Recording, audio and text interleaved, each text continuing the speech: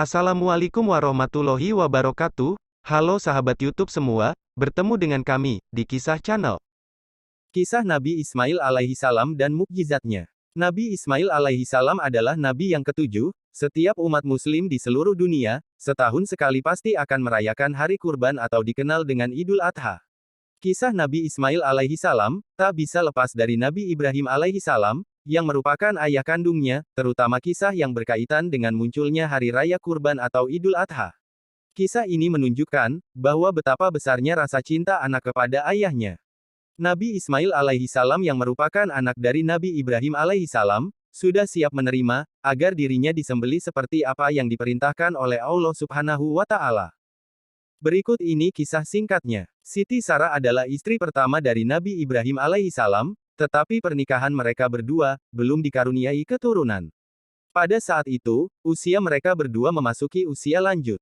Siti Sarah yang menyadari akan hal itu, kemudian memberikan izin kepada suaminya untuk menikah lagi dengan Siti Hajar. Nabi Ibrahim alaihi salam selalu memohon kepada Allah Subhanahu wa Ta'ala agar diberikan sang buah hati. Doa beliau pun dikabulkan. Pernikahannya dengan Siti Hajar dikaruniai seorang anak laki-laki yang diberi nama Ismail.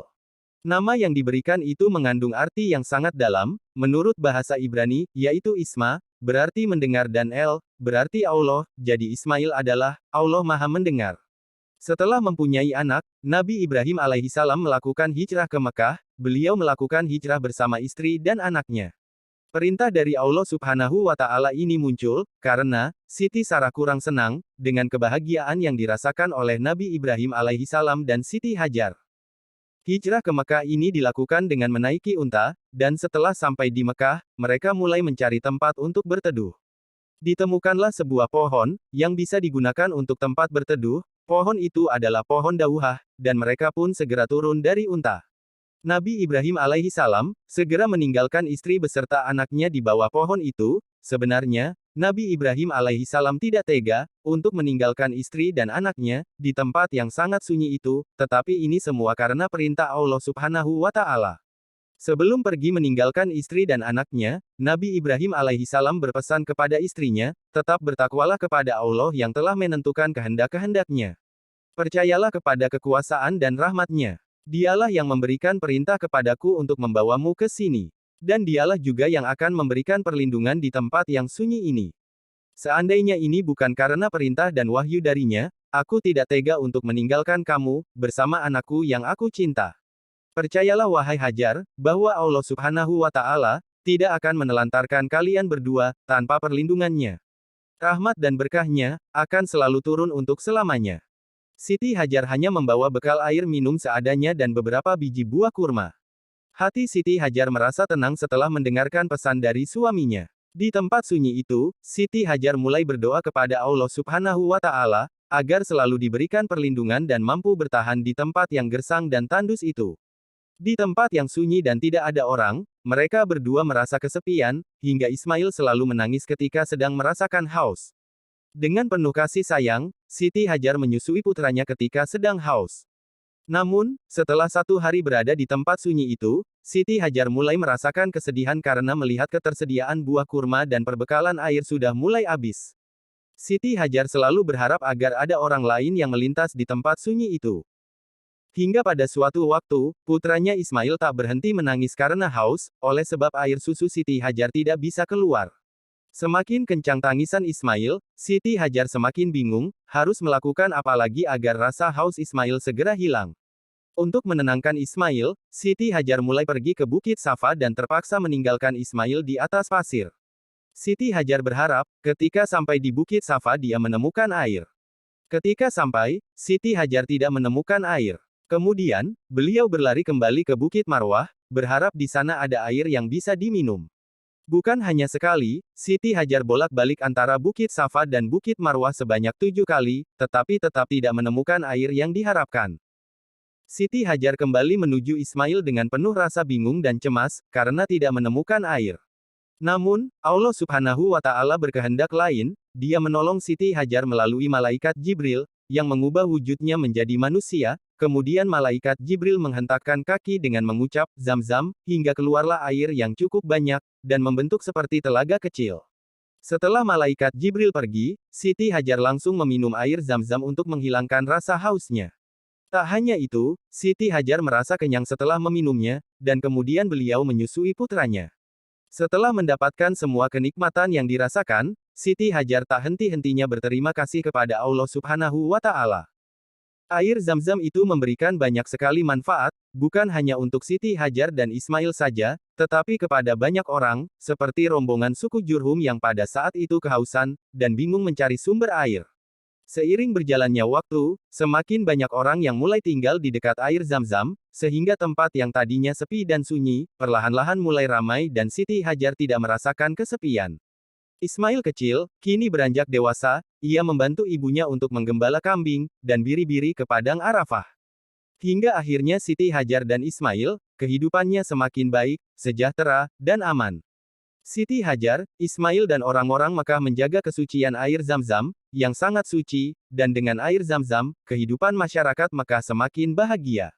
Adanya air zam-zam menunjukkan, akan kasih sayang Allah Subhanahu wa Ta'ala kepada Siti Hajar dan Ismail.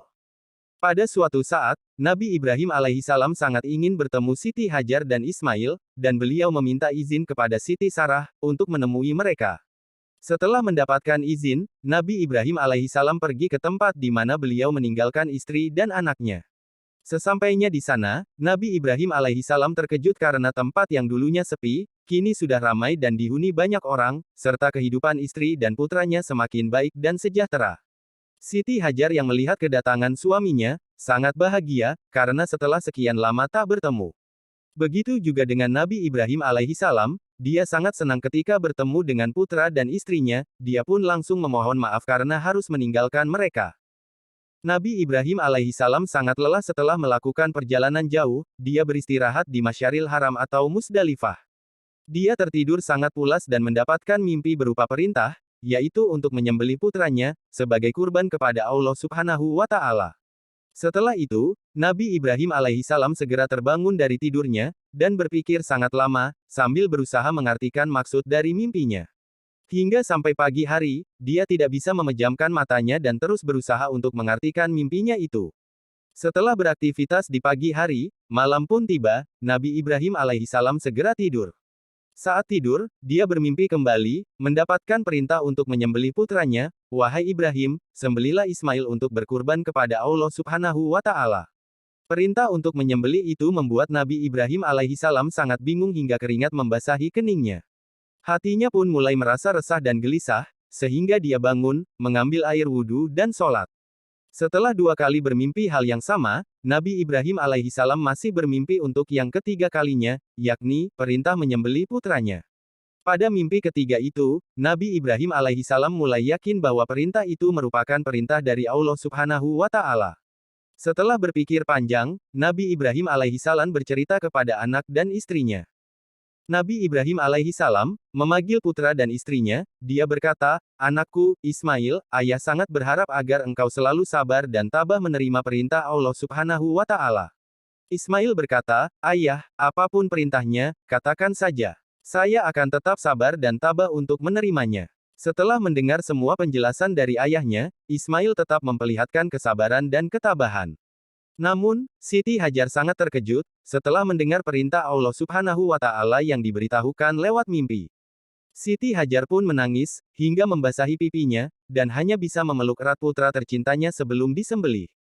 Karena ini perintah dari Allah Subhanahu wa Ta'ala, ia tidak bisa menolaknya, dan akan tetap melaksanakan segala perintahnya. Keesokan harinya, Siti Hajar harus melepaskan putranya untuk dibawa Nabi Ibrahim alaihissalam, ke suatu tempat untuk melaksanakan perintah itu.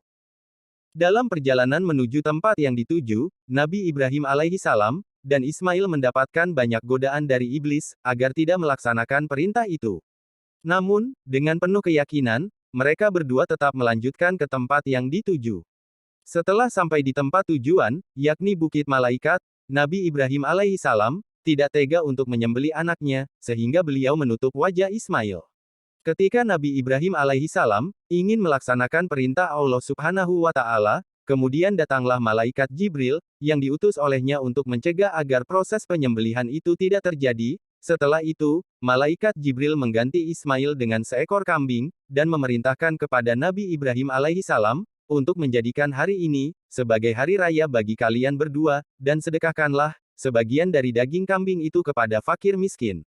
Kisah tentang perintah untuk menyembelih Ismail ini terkandung di dalam Al-Quran Surat As-Safaat ayat 102 dan 107. Yang artinya, maka ketika anak itu sampai pada umur sanggup, berusaha bersama-sama Ibrahim, Ibrahim berkata, "Hai anakku, sesungguhnya aku melihat dalam mimpi bahwa aku menyembelihmu. Maka pikirkanlah apa pendapatmu." Ia menjawab, "Hai bapakku, kerjakanlah apa yang diperintahkan kepadamu, insya Allah kamu akan mendapatiku, termasuk orang-orang yang sabar." Tatkala keduanya telah berserah diri, dan Ibrahim membaringkan anaknya di atas pelipisnya, nyatalah kesabaran keduanya.